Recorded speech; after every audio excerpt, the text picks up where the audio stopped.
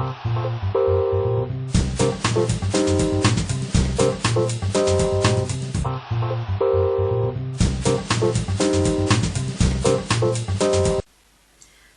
à tous et bienvenue sur votre assistante, le blog.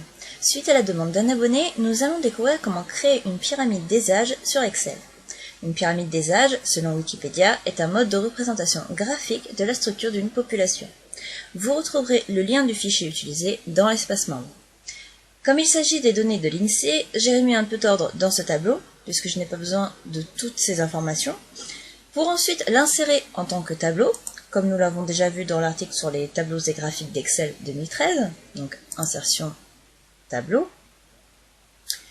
Je n'ai donc conservé que les colonnes âge révolu, nombre d'hommes et nombre de femmes. À la fin de ce tableau, je vous conseille d'ajouter le total max, qui nous servira plus tard. Donc ici, je choisis max. Pareil pour ici. Donc en cochant la ligne des totaux. Alors, la pyramide des âges ne faisant pas partie des graphiques de base proposés par Excel, nous allons personnaliser un graphique existant. Alors, vous allez vous placer sur une des cellules de votre tableau, donc n'importe laquelle, et dans l'onglet Insertion, vous allez sélectionner le premier graphique des barres 2D, celui-ci. On va l'agrandir un petit peu. Voilà. Donc pour l'instant, nous avions bien un graphique avec les âges, mais ce n'est pas ce qu'on appelle une pyramide des âges, puisque ça doit être des deux côtés, un côté les hommes, un côté les femmes. Pour réaliser cette pyramide, vous allez cliquer droit sur un endroit de votre graphique, mettre en forme une série de données. Donc là, vous avez un panneau latéral qui apparaît. Vous allez cocher axe secondaire, et placer le curseur de la superposition de série à l'extrême droite et celui de la largeur de l'intervalle à l'extrême gauche pour avoir 100% et 0%. Vous allez cliquer sur la flèche située à côté de Options des séries. Donc en fait, ça, c'est les différentes parties de votre graphique. Et vous allez choisir axe horizontal valeur. Donc le premier. Vous allez cliquer sur la dernière icône, donc option d'axe. Alors, nous allons nous servir du maximum que nous avons calculé au début du tutoriel pour déterminer les limites de notre graphique. Donc ici. Donc, je regarde mon graphique. Bon, là, j'ai perdu le panneau, c'est pas grave.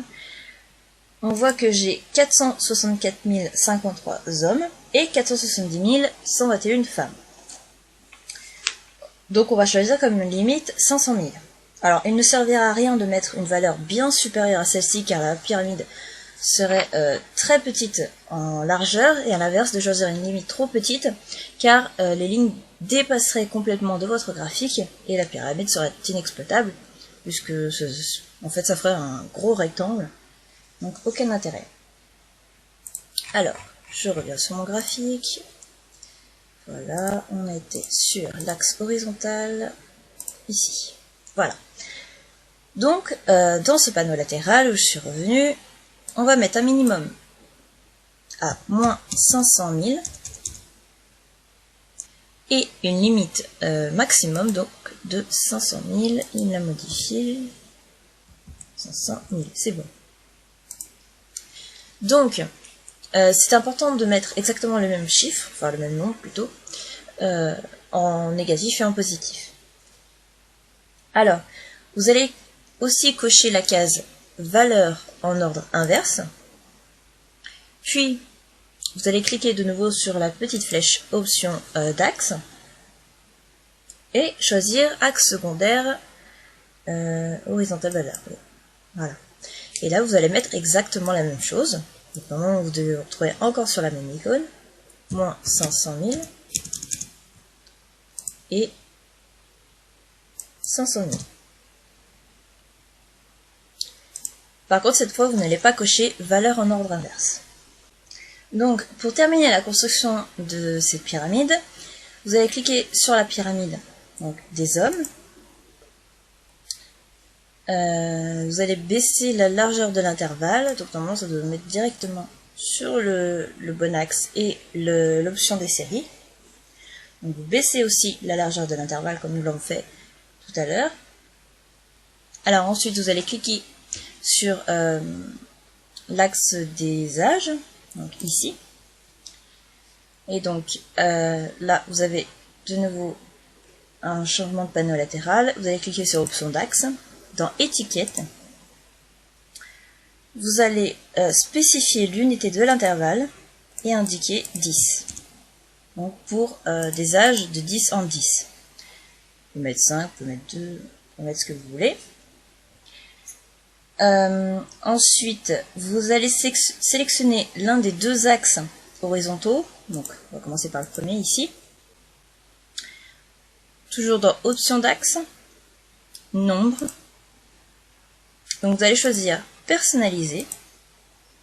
Alors moi je l'ai déjà écrit. Si vous n'avez pas, vous indiquez standard, point virgule, standard. Et vous cliquez sur ajouter. Donc moi c'est pas la peine, je l'ai déjà. Donc en fait ça va vous enlever le moins. Et donc que vous lisiez pour les hommes ou pour les femmes, vous serez toujours dans le positif. Et vous faites exactement la même chose pour le deuxième. Donc, personnaliser. Normalement, il doit déjà y être. Voilà. Donc là, vous avez aussi du positif. Donc là, on peut fermer. Il ne vous reste plus qu'à saisir un titre pour votre graphique. Donc vous cliquez dessus, vous remplacez titre du graphique. Puis,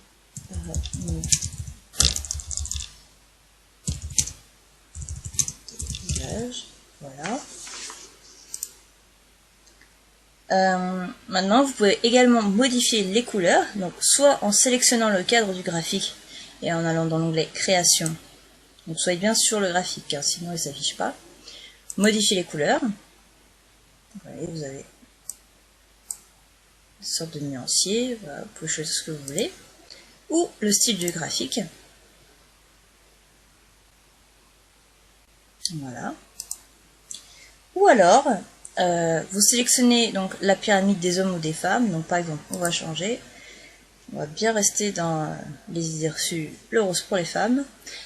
Donc on clique dessus. Voilà. Voilà. Donc mettre en forme une série de données pour refaire apparaître le panneau latéral. Et là vous allez sur remplissage et ligne. Remplissage. Et là vous pouvez changer de couleur. Donc par exemple remplissage uni. Et choisir du rose. Voilà. Vous pouvez également mettre un dégradé si vous le souhaitez, en choisissant remplissage dégradé, et là vous créez votre dégradé. N'hésitez pas à poser vos questions relatives à ce tutoriel en commentaire, j'y répondrai avec plaisir. Et si vous n'êtes pas encore abonné à la newsletter, il suffit d'inscrire votre prénom et votre email ici, de choisir un mot de passe pour accéder à l'espace membre, de cocher là où les cases des logiciels dont vous souhaitez recevoir les articles, d'indiquer comment vous avez connu le blog et de cliquer sur « Je m'abonne ». Ensuite, validez le mail reçu afin que votre accès à l'espace membre soit validé et que vous puissiez télécharger gratuitement le mini-guide Office et Adobe ainsi que le livre numérique Votre meilleure astuce pour gagner du temps, issu de l'événement Interblogueur auquel j'ai participé. Vous recevrez également tous les futurs articles du blog s'ils correspondent à vos choix. À bientôt sur votre assistante, le blog.